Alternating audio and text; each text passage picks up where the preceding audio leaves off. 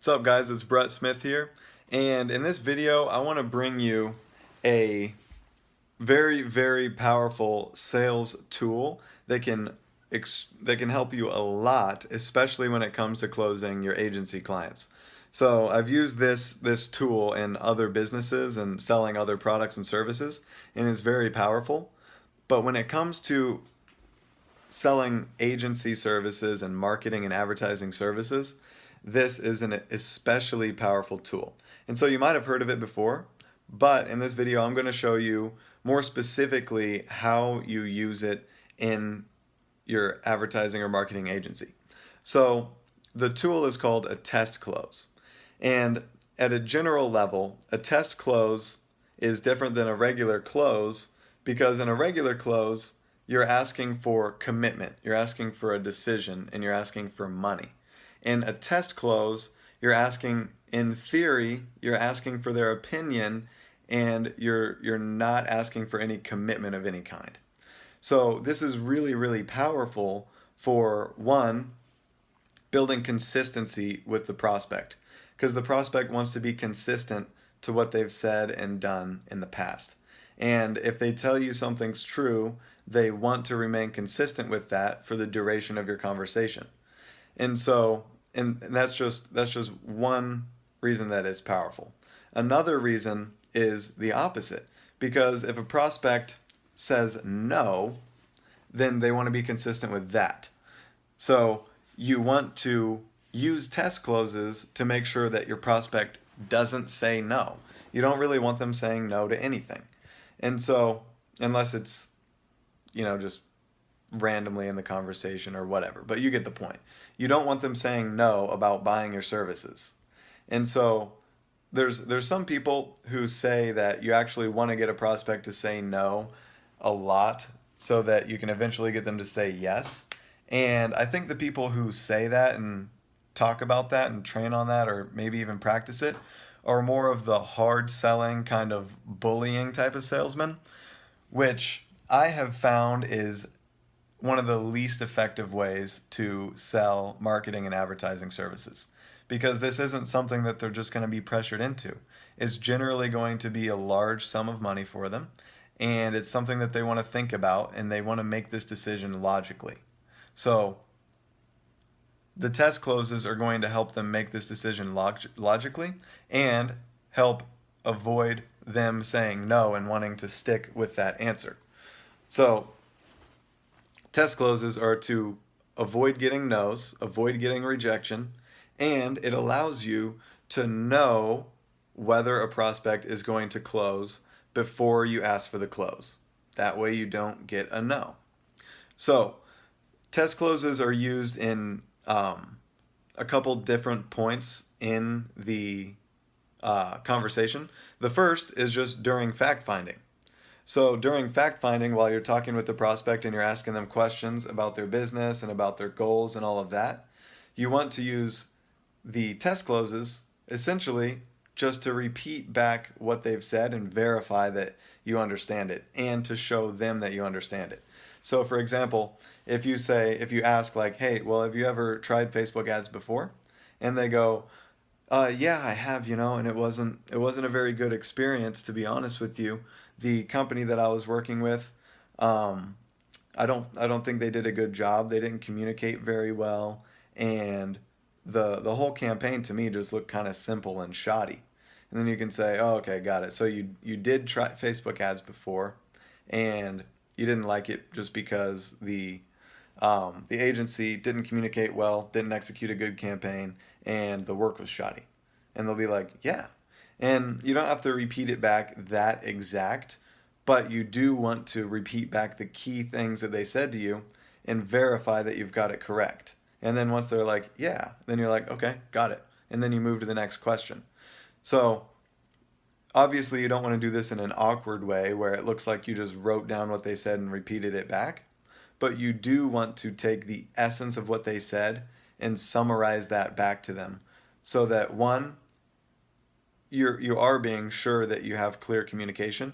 Two, they feel like you understand their situation. And this is huge because most people skip this, and you can notice it. Pay attention in just normal conversation with people.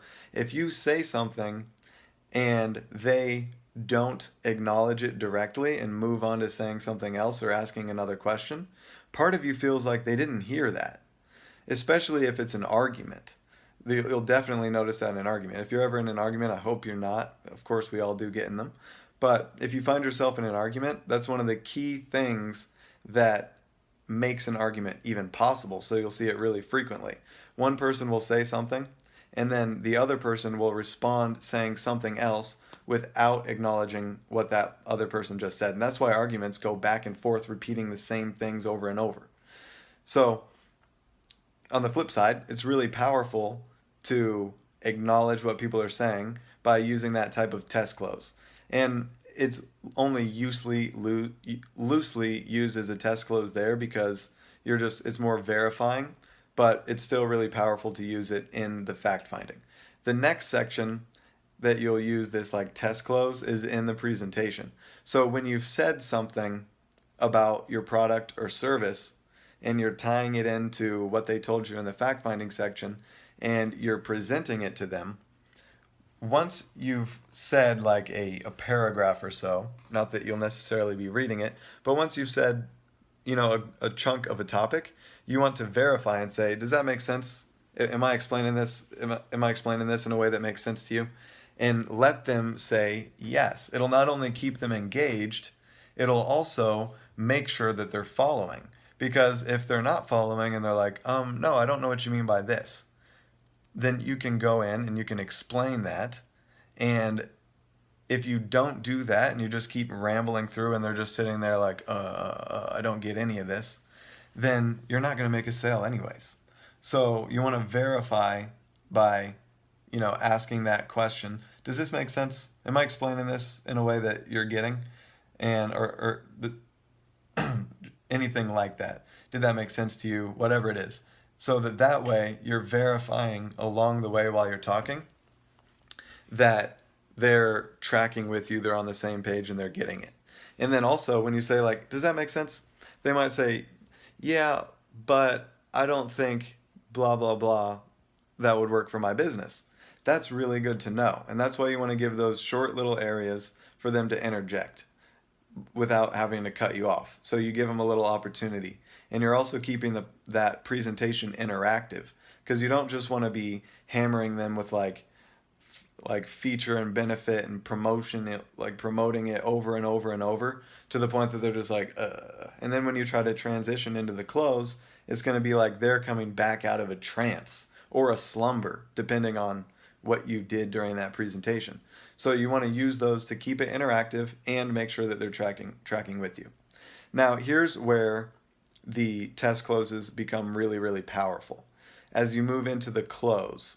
So you can test close your way all the way to a sale. I've actually had sales close without actually doing the close because the test closes just move things in that direction. And so once you've completed the presentation, then you're moving into the close.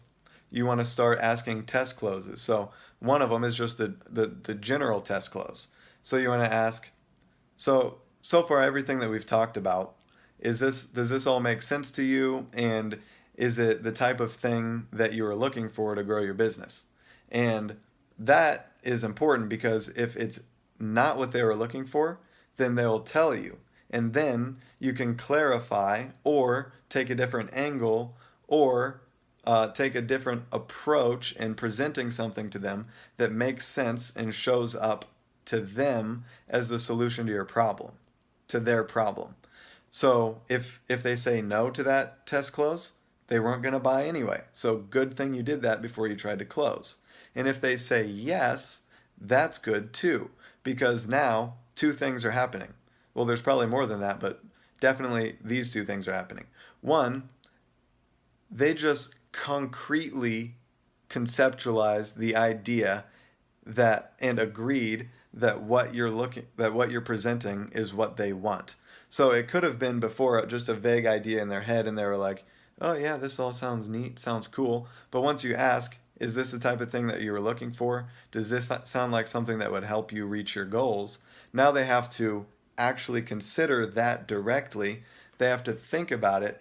And when they ask that question to themselves, they're going to get an answer. And if that answer is yes, then now they're convincing themselves and they're making that decision more physical as opposed to just be floating around in their head. You just locked it in. So that test close is really powerful either way. And either way, whether they say no or whether they say yes. Because if they say no, then you can correct it and before you go for the actual close. And if they say yes, then you just locked it in. And so then you move on and you go through and you present your pricing and the investment, and then you ask them. So, and by this point during the fact finding, you already did the financial questions. You asked them about their like their sale price, lifetime value, stuff like that. So you already know how much money they can make per prospect and stuff like that. And so then you get to the money test close after you have presented your investment details. And so a test close there looks something like so based on everything that we talked about, and your product sells for $1,000, and um, based on that, it looks like we would only need 5 sales in a month for you to be in the red. Is that right? And they're like, yeah, oh yeah, that's right. It would only take a few sales. And then now they might have known that already or been able to figure it out or draw that conclusion. But when you ask them that and they think about it, they're like, yep, that's right. Now they've just verified, they've locked that in. And if that was wrong, if you're like, is that right? And they're like, oh no, because I mean, like 3/4 of that $1,000 is going to shipment and delivery team and customer service and franchise fees and blah blah blah. And then you might find out, oh okay, well then this might not make sense, or we need to make sense of this another way. So you just also found out something that was going to make them say no. But if they say yes, great, you just locked that in. And also, if they say no because you didn't find out all that other information earlier, then you didn't do your job in the fact finding section. But anyways, so you ask, does that make sense financially after you've presented your investment details? And so if they say yes, that makes sense financially, then you move right into, okay, great. Well, when did you want to get started? And so normally they'll be like, well, yesterday. And then you're like, okay, cool. So I'll send over the our onboarding form and we'll take payment. We can either do that. Did you want to take, excuse me, you don't want to stutter like that. But so we can take your card over the phone right now if you want. And then they'll be like, oh, yep, sure. Or they'll be like, oh, no, just send it in the email. And you'll be like, cool, I'll send you the invoice and I'm excited to get started. And then boom, you just close the sale. And for a lot of people, that's going to be a lot less awkward than what they're doing now. So I just wanted to jump in here and share a few tips for you on test closes, how to use them, what they're actually designed for, and how to use them for agencies. Hope this video is super helpful. Obviously, there's a lot more to test closes, and we've got a sales training it goes all the way through from the very beginning all the way to the very end. It's a long training in text right now. We're probably going to be developing it into a video series soon. Right now, it's just raw text, and it has exact examples of all types of test closes that you can use, as well as the whole rest of the presentation. So if you're interested in that, you can shoot me an email to Brett, BRETT, at reliablemarketinginc.com. And I'll put you on a list to get it because we haven't actually made it available yet. But anyways, hope this helps. Start using test closes and see how much of an impact it makes on your calls. And I'll see you in the next video.